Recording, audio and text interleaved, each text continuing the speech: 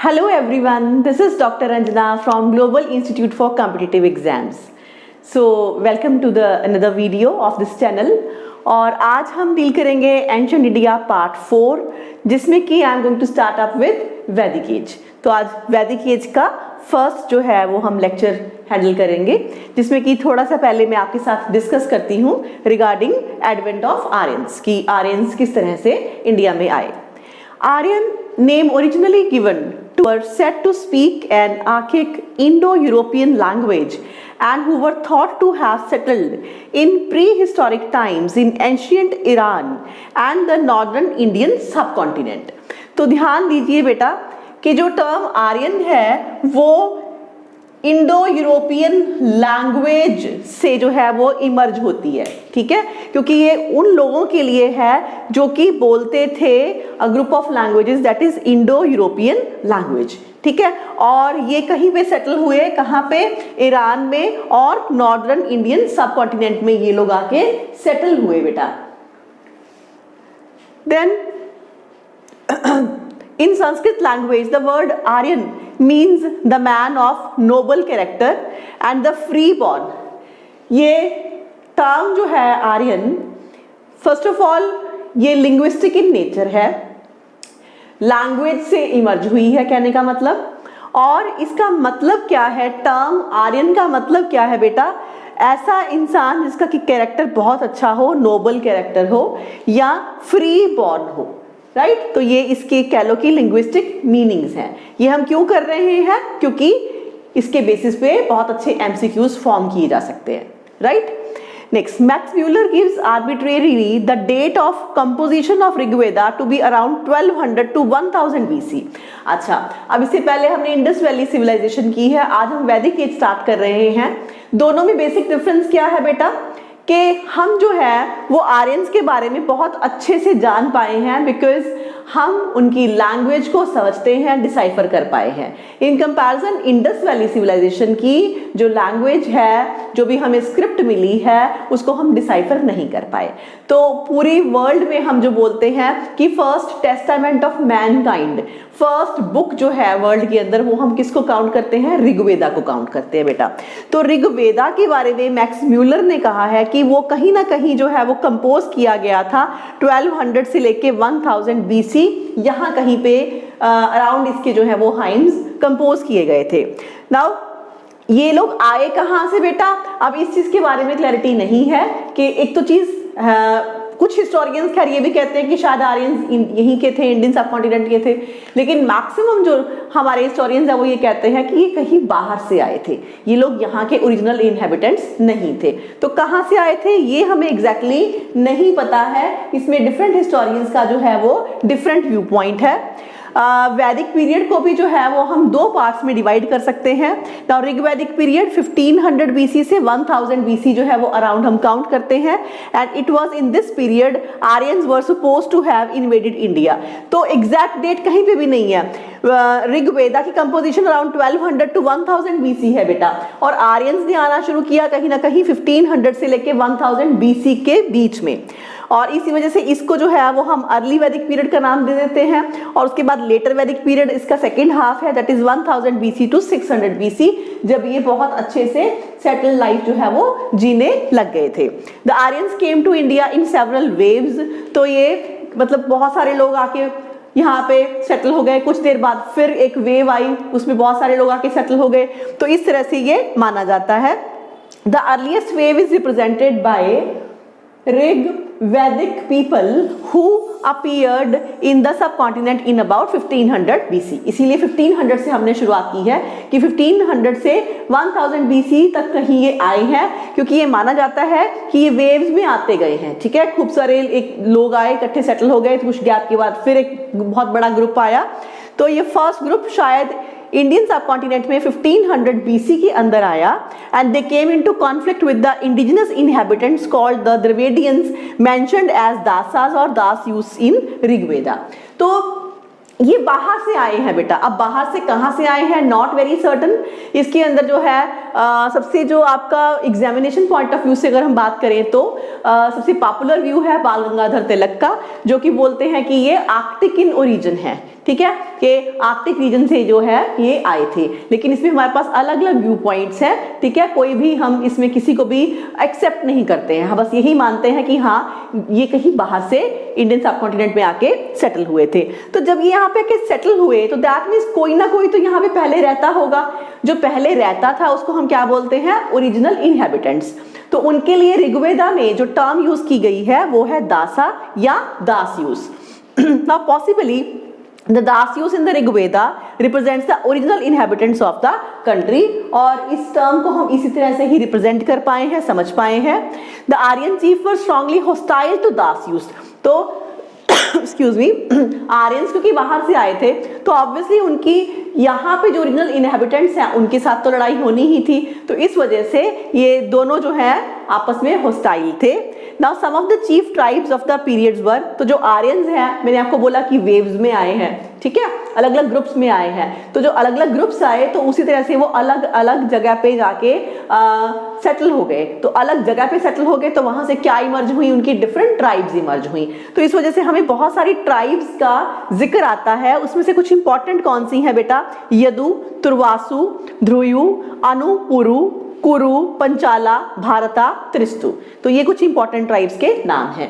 इनमें सबसे important tribe, सबसे पावरफुल स्ट्रॉन्ग ट्राइब कौन सी थी, भारता ट्राइब। कैसे पता लगा हमें, क्योंकि इसमें हमें एक जिक्र मिलता है वेदास के अंदर अमंग द इंटरट्राइबल कॉन्फ्लिक्ट्स, कि इनमें आपस में लड़ाई होती रहती थी, and the important was the, और इसमें एक इंपॉर्टेंट कॉन्फ्लिक्ट जिसका जिक्र है वो है battle of 10 Kings, battle of 10 rajas, ठीक है, and in it king Sudas of भारता, इसमें भारता ट्राइब एक तरफ थी और 10 ट्राइब जो है वो इसके अपोजिट में थी। तो इसमें जो है वो सिंगल ट्राइब भारता वही जीती थी और इसका जो किंग था वो कौन था, सुदास।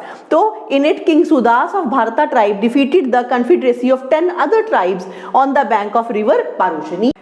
वैदिक name of river Parushni is Ravi, right. तो ये ब्रीफ इंट्रोडक्शन है रिगार्डिंग एडवेंट ऑफ आर्यंस, और अब हम कंटिन्यू करते हैं अपने एमसीक्यूज के साथ।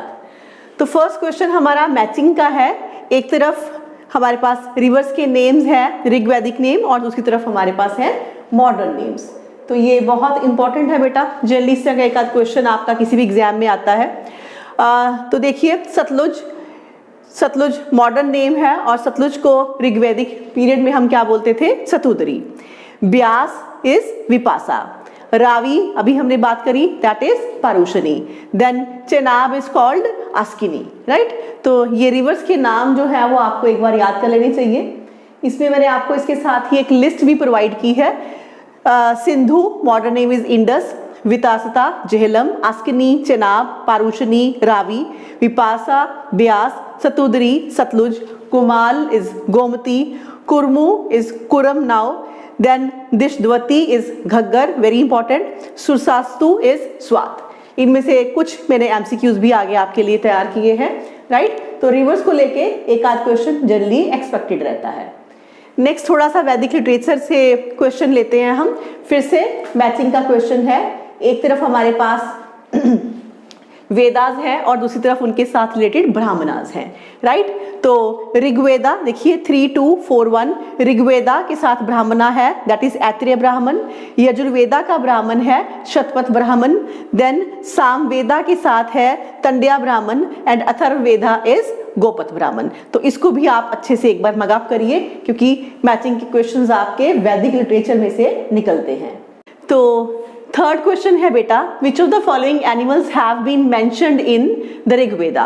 तो कौन कौन से एनिमल्स मेंशन्ड है ऋग्वेदा में, इसमें बेटा ऑल 4, डी ऑप्शन है, काउ, हॉर्स, गोट, बफेलो, सभी जो है एनिमल्स मेंशन्ड है ऋग्वेदा में। देखिए the fauna of Rigveda included peacocks भी थे, तब उनको हम बोलते हैं मयूर, स्वान को हंसा, वाटर बफेलो महिषी, गौरा that is another type of buffalo और इंडियन बाइसन के लिए यूज होता है वर्ड, कैमल्स उश्तरा, एंड एलिफेंट हस्ती। तो ये सभी एनिमल्स का जिक्र है, थोड़ा एडिशन भी मैंने आपको यहाँ पे प्रोवाइड कर दिया, all of which are common to the region. और जो सबसे इंपॉर्टेंट है बेटा डेफिनेटली आर्यंस के लिए हॉर्स और उसके साथ ही cow. Horse and cow were the two most important animals during this period. सबसे ज्यादा इंपॉर्टेंस किसकी है? काउ, और उसके बाद हॉर्स। अब काउ तो हमने देखा है क्योंकि एग्रीकल्चरलिस्ट इकोनॉमी है, ठीक है, तो इसी वजह से बेटा काउ की इंपॉर्टेंस तो होगी ही। अब हॉर्स इस वजह से है, ट्राइबल्स है, लड़ाई करते हैं, आयरन भी आ गया है, ठीक है, तो इस वजह से अब हॉर्स रथ वगैरह चलाने के लिए उनको चाहिए, तो इस वजह से हॉर्स की इंपॉर्टेंस भी इस पीरियड में बहुत ज्यादा थी। नेक्स्ट अगेन बेटा मैचिंग का क्वेश्चन है, संहितास के साथ हमने उपनिषद को जो है वो यहाँ पे मैच करना है। तो कौन कौन से वेदास, वेदास को आगे एक्सप्लेन करने के लिए उपनिषद जो हैं वो लिखे गए थे। तो 4, 3, 1, 2 ऋग्वेदा के साथ है कौस्तकी, यजुर्वेदा का उपनिषद है Katha Upanishad, excuse me, Samaveda is Chandogya and Atharvaveda is Mundaka Upanishad, right. इलावा एक्सप्लेनेशन में मैंने आपको कुछ और एडिशंस करी हैं, जैसे कि some of the important Upanishads are Aitareya, Kaushitaki, ये 2 उपनिषद जो हैं बिलोंग्स टू ऋग्वेदा। छंदोग्य के साथ इवन केना उपनिषद belongs to Samaveda. Katha, Shvetashvatara, then Brihadaranyaka, Isha, these all belongs to Yajurveda. Then Mundaka, Mundaka ज्यादा पॉपुलर है लेकिन फिर भी हमें इसके एडिशन से पता होना चाहिए। प्रसन्ना एंड इवन मंधुक्या, ये तीनों किसके साथ रिलेट करती हैं? अथर्ववेदा से। तो थोड़ा सा डिटेल में भी मैं आपको लेके जा रही हूँ क्योंकि यूपीएससी में जैसे कई बार थोड़े डिटेल में क्वेश्चंस आ जाते हैं, तो इसको भी आप ध्यान में रखिएगा। So fifth question is arrange these divine powers of Rigvedic period in the order of their importance. तो अब हमें पता है कि ऋग्वैदिक पीरियड में बहुत सारे आपके देवतास जो हैं उनको पूजा जाता था, ठीक है, और देवतास की फॉर्म क्या है? बेसिकली नेचर को ही डिफरेंट देवी देवता का नाम दिया गया था।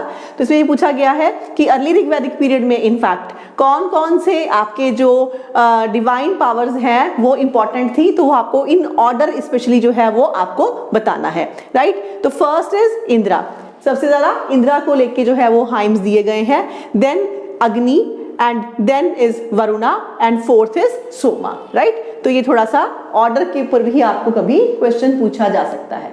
इसको थोड़ा डिटेल में करते हैं। Now Indira was the most important divinity and was Lord of war. Warriors थे आर्यंस, तो इसी वजह से ऑब्वियसली वॉर लॉर्ड जो कि वो लॉर्ड इंद्रा को मानते थे उनको सबसे ज्यादा इंपॉर्टेंस देंगे।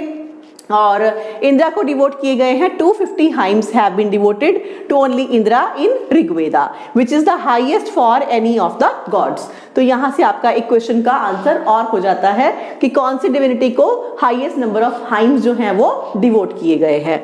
Then his other names are, yes इनके डिफरेंट नेम्स हैं उसके ऊपर भी क्वेश्चन आता है।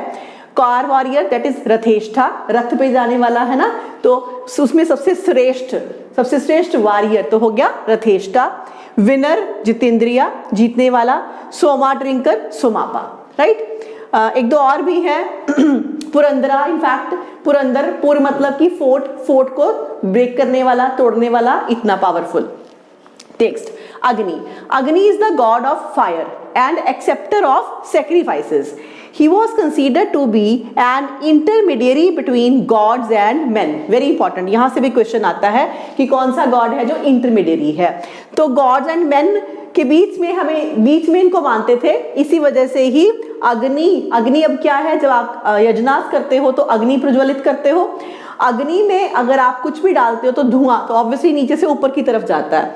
तो इनिशियली उस टाइम पे इतनी साइंस भी डेवलप नहीं थी और जो उस टाइम के लोग थे उनका नेचर के साथ बहुत जो है वो स्ट्रेट इंटरेक्शन होता था, बिकॉज ऐसी इन्वेंशंस नहीं थी जिससे कि वो नेचर को कंट्रोल कर सके। तो इस वजह से शुरुआत में तो नेचर समझ में ही नहीं आती थी, तो ऐसा लगता था कि ये कुछ ऐसा है जिससे कि हमें डरना चाहिए। अब जैसे कि बारिश है, तो बारिश कहाँ से आती है? बादल से। बादल कहाँ है? ऊपर। तो वहां से कंसेप्ट क्या बनती है? ऊपर वाला, राइट। तो ऊपर से बारिश आती है तो ऐसे लगता था जैसे कि ऊपर कोई बैठा है जिसकी वजह से कि बारिश हो रही है, और बारिश अगर ज्यादा हो जाती है तो भी ह्यूमन एग्जिस्टेंस को नुकसान होता है, और अगर बिल्कुल नहीं होती तो भी ह्यूमन एग्जिस्टेंस को नुकसान होता है।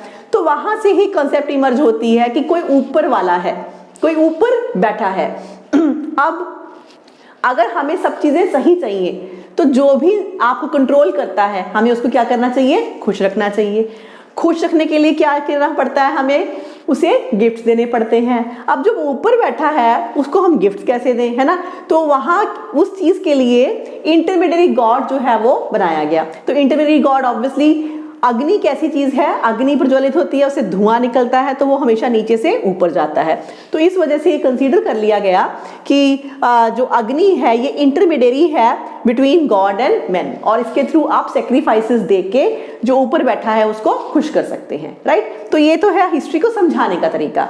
बाकी मैं किसी के विश्वास के अगेंस्ट नहीं बोल रही हूँ। इनफैक्ट मैं आपको अपने लेक्चर्स में ये बात बार बार समझाती हूँ कि शुरू से ही हम नेचर की पूजा करते आए हैं। नेचर से मे भी हम डरते थे, इस वजह से पूजा कर रहे थे, ठीक है, तब हमें समझ नहीं थी। बट आप इस बात को ध्यान दीजिए कि एट प्रेजेंट साइंस बहुत डेवलप हो चुकी है, ठीक है, हमें काफी चीजों की समझ आ चुकी है। हमें पता चल गया है कि सन कोई गॉड नहीं है, सन एक स्टार है।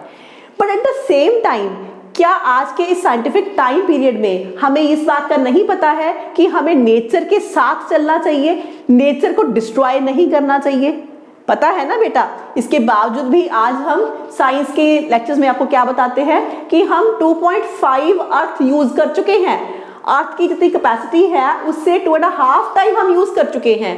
अर्थ के पास अब बचा नहीं हमारे पास हमें देने के लिए। तो आज के टाइम में जो हमने साइंटिफिक जो इरा लेके आए हैं, इसका हमें फायदे से ज्यादा नुकसान कर लिया। एक तरफ तो हम हंसते हैं इन सब चीजों को लेके कि अरे भाई सन कौन सा गॉड है, वो तो एक स्टार है ना। हम हंसते हैं इन सब चीजों को लेके, लेकिन वो लोग हमसे बेटर थे क्योंकि ठीक है वो नहीं समझते थे, लेकिन वो नेचर को डिस्टर्ब नहीं करते थे, वो नेचर की सही मायने में पूजा करते थे, ठीक है, और नेचर के साथ चलते थे। लेकिन हम लोग क्या करते हैं, नेचर की पूजा करने की एक्टिंग भी करते हैं और नेचर को डिस्ट्रॉय भी करते हैं। ये सारी बातें मैं आपको क्यों बता रही हूँ, ताकि आपको अच्छे से समझ आए। हिस्ट्री को भी समझा जा सकता है बेटा। अगर आप किसी भी टाइम पीरियड को पढ़ रहे हो तो एक तो ये होता है बेटा हमारा बेंट ऑफ माइंड कि हम किसी चीज को पढ़ रहे हैं और हम बोल रहे हैं कि आज के साइंटिफिक युग में ये सब क्या बकवास है, ऐसा थोड़ी होता है, अग्नि क्या इंटरमीडियरी है। एक तो ये बेंट ऑफ माइंड है, इससे आपको बिल्कुल भी फायदा नहीं होगा, ठीक है। ना तो आपकी पढ़ाई में फायदा होगा, ना आपको चीजें समझ में आएंगी, और ना ही ये सही तरीका है पढ़ाई करने का। दूसरा बेंट ऑफ माइंड क्या है बेटा, जब कभी भी आप किसी टाइम पीरियड को पढ़ रहे हो तो आप उसके साथ रिलेटेड जो भी सर्कमस्टांसेस थे, जो भी सराउंडिंग्स थी, उसको अच्छे से समझोगे। उसको अच्छे से समझने के बाद फिर आप उस चीज को इंटरप्रेट करोगे फ्रॉम मतलब their point of view, Aryans के पॉइंट ऑफ व्यू से चीजों को इंटरप्रेट करने की कोशिश करोगे। इंडस वैली के लोगों की मतलब नजर से उनके टाइम पीरियड को इंटरप्रेट करने की कोशिश करोगे, तब आपको ज्यादा अच्छे से समझ में आएगा। Rather than criticizing each and every other हिपोक, अगर हम उसको समझने की कोशिश करें, इमेजिनेशन लेके आए, आप इंजॉय भी करोगे, आपके दिमाग में उसकी पिक्टोरल मेमोरी भी बन जाएगी, आपके एग्जाम भी क्लियर हो जाएंगे। And in fact this is the right way to study. सही तरीका पढ़ाई करने का यही होता है, जो मैं इसी वजह से आपको यहाँ पे एक एक चीज बता रही हूँ कि अगर ऐसा वो लोग मानते थे, पहले बात कैसे मानते थे, क्यों मानते थे, इसका लॉजिक क्या था, बस दैट इज इट। उसके आगे हमें कुछ भी कहने की जरूरत नहीं है, अच्छा बुरा, this is none of our business. हम चीजों को स्टडी कर रहे हैं कि चीजें कैसे इवॉल्व हुई उस टाइम पीरियड से लेके हिस्ट्री, और आज तक जो हमारा साइंटिफिक इरा है वो कैसे इवॉल्व हुआ। आई होप आपको ये बातों से थोड़ा सा फायदा मिलेगा चीजों को अच्छे से पढ़ने का, और अच्छे से पढ़ाई करेंगे, समझेंगे तो एग्जामिनेशन में आपके साथ डेफिनेटली ये मेमोरी जाएगी, और आप जिस भी तरह का एमसीक्यू हो उसको आप डेफिनेटली बहुत अच्छे से जो है वो ठीक करके आएंगे, राइट। तो कंटिन्यू करते हैं। इसलिए अग्नि को एक इंटरमीडियरी मानते थे कि अग्नि में हम कुछ भी चीज डालेंगे तो वो जो इमेजिन किया जाता था कि ऊपर जो है क्रिएटर है उसके पास पहुंच जाएगी। तो याद रखिएगा कि इंटरमीडियरी गॉड्स में अग्नि है, और अग्नि को 200 hymns have been devoted to only Agni in Rigveda. Rigveda में ही स्पेसिफिकली 200 हाइम्स अग्नि के लिए ही है, एंड अग्नि इज मेंशन्ड इन 218 हाइम्स, ये क्लियर कर लीजिएगा। इसके अलावा 218 हाइम्स हैं जहां पे कि अग्नि को मेंशन किया गया है, और 200 हाइम्स जो है वो स्ट्रेट में सिर्फ अग्नि के लिए ही है। Next, Varuna. Varuna is the God of sky, of water, of the celestial ocean as well as god of law called Rita. Rita के लिए भी वर्ड यूज होता है। Rita का मतलब भी यही है आपका, that is god of law. And of पताल लोका अंडरवर्ल्ड, इन सब के लिए भी हम वर्ड जो है वो वरुणा यूज करते हैं। रीता अलग से भी आ सकता है और वरुणा तो अलग से डेफिनेटली रेफर किया ही जाता है। He is one of the most prominent devas in Rigveda and lord of heavens and the earth. धरती और हेवन हम स्वर्ग मान के चलते हैं, उनका जो लॉर्ड है याद रखिएगा, that is being considered as Varuna. Next, 46 hymns are dedicated to Varuna in Rigveda.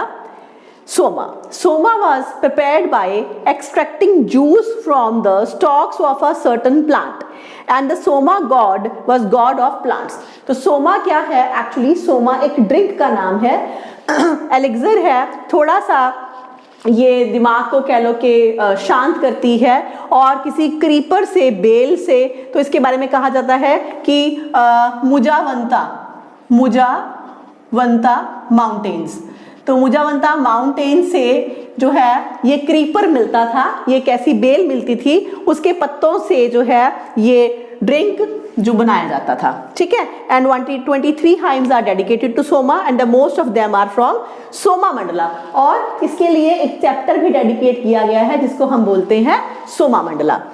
Next, Vishwa devas, they are various Vedic gods, ये टर्म जो है कॉम्बिनेशन ऑफ वैदिक गॉड्स के लिए है, taken together as a whole, और जिनका हेड है वो है lord Indira.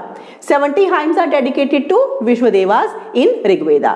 Next, Yama is considered to have been the first mortal who died and espied the way to the celestial abodes, and in virtue of precedence he became the ruler of the departed.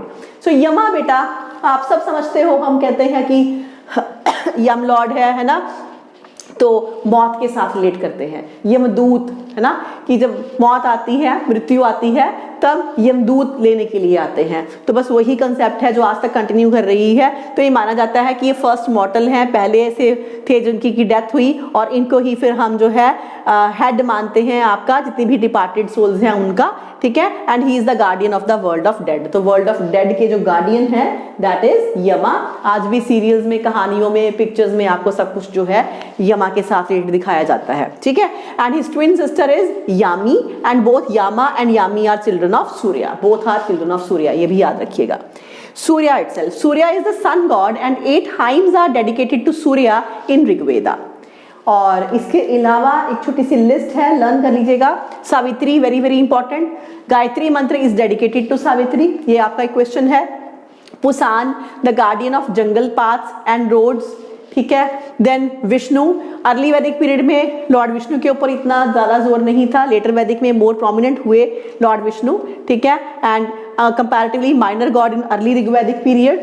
Then Vayu is wind god, Dayus that is father of heaven, Aditi goddess of eternity, जो आपके देव हैं, देवता हैं, उन सब की mother को हम बोलते हैं Aditi. Then Maruts that is storm spirits, गंधर्वास हैं म्यूजिशियंस, एंड अश्विन्स हम किसके लिए यूज करते हैं? डिवाइन डॉक्टर्स, जिनके पास मेडिकल मतलब मेडिसिन की पावर थी, उनको हम जो है अश्विन के साथ डिनोट करते हैं बेटा।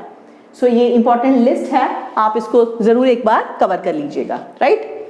नेक्स्ट क्वेश्चन मैचिंग है अगेन बेटा, तो यहाँ पे ऋग्वेदा के साथ बेटा आयुर्वेदा लिंक्ड है आपका, यजुर्वेदा के साथ धनुर्वेदा, सामवेदा के साथ गंधर्व वेदा, एंड अथर्ववेदा के साथ शिल्प वेदा। तो ये उनको फर्दर एक्सप्लेन करने के लिए वेदास को जो है वो लिटरेचर लिखा गया था। और ये उपवेदास आपको कौन कौन से हैं इसमें मैंने बता दिया, लेकिन इनका मीनिंग यहाँ पे आपको मिल जाएगा। तो ये उपवेदा जो है वो एक्सप्लेन कर रही हैं वेदास को। तो आयुर्वेदा के में क्या है? बेसिकली मेडिसिन की नॉलेज है, ये सबको पता है, आज भी प्रैक्टिस करते हैं आयुर्वेदा। गंधर्ववेदा बेसिकली किसके बारे में है? म्यूजिक के बारे में है। धनुर्वेदा आर्चरी के बारे में है, तीरकमान, ठीक है, तीरंदाजी करना। एंड शिल्प वेदा किस चीज के साथ रिलेटेड है? क्राफ्ट्स के साथ रिलेटेड है, ठीक है। तो ये इनके लिटरल मीनिंग्स है। Next 7th question, consider the following statements and mark the correct option. Okay, ये आपको कुछ तो लिंक किया है पहले क्वेश्चन के साथ मैंने। Upaveda of Rigveda is Ayurveda, Shatapatha Brahmana is related to Yajurveda and is the lengthiest of all the Brahmans. Very very important, याद रखिएगा। शतपथ ब्राह्मण, शतपथ ब्राह्मण मतलब 1000 वेज, ठीक है, thousands of ways to understand Brahma. ठीक है। तो परमात्मा को जानने के बहुत सारे तरीके जिक्र किए गए हैं यहाँ पे, और ये लेंथीएस्ट ऑफ ब्राह्मणास है। ब्राह्मणास का मतलब जो वर्ण ब्राह्मण है वो नहीं होता बेटा, ब्राह्मणास बुक्स है। तो ब्राह्मणास एक तरह से कहेंगे जैसे कि हम किसी बुक को समझाने के लिए फर्दर एक गाइड लिख देते हैं जिसमें कि उसकी एक्सप्लेनेशंस होती हैं, वैसे ही वेदास को लिखने के बाद उनको फर्दर एक्सप्लेन करने के लिए बुक्स लिखी गई, that is Brahmanas. Then Samaveda contains hymns sung by particular type of priest, और ये प्रीस्ट को हम बोलते थे उद्गोत्रीस, ठीक है। So first 3 statements are right. Fourth Upaveda of Samaveda is Adhvaryu, no this is wrong option. So इसको हम 1 2 3 के साथ आंसर करेंगे। Next, regarding women in Vedic period which of the following statements are correct?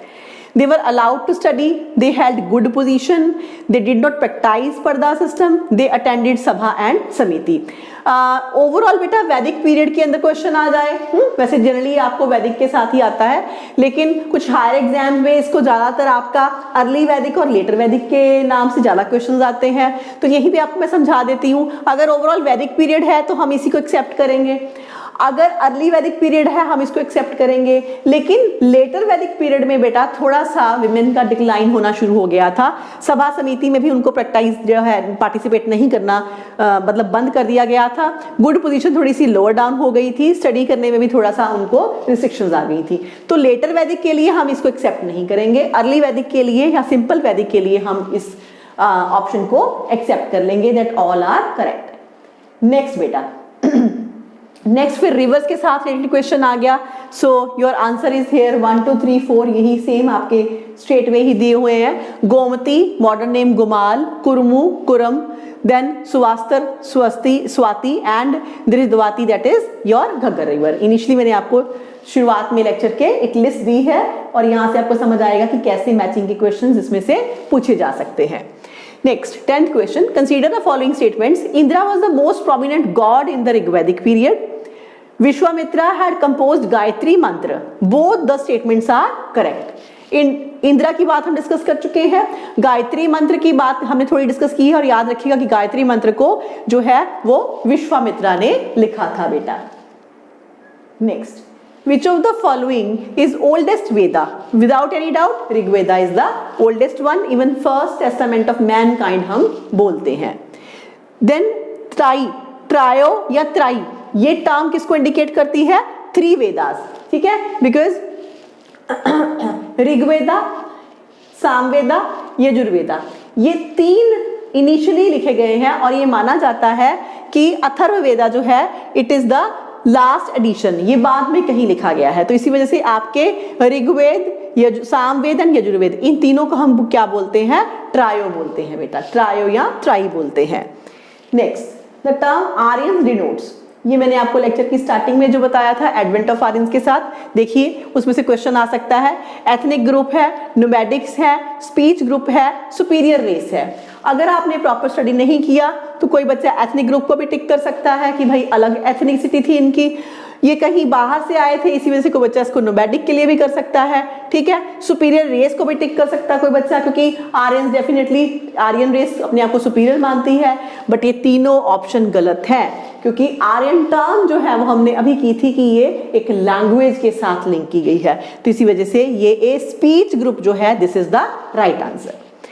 Next, meaning of the term Aryan in classic Sanskrit is, और ये हमने किया था फ्री मैन और नोबल मैन, स्ट्रेट वे इसका आंसर है।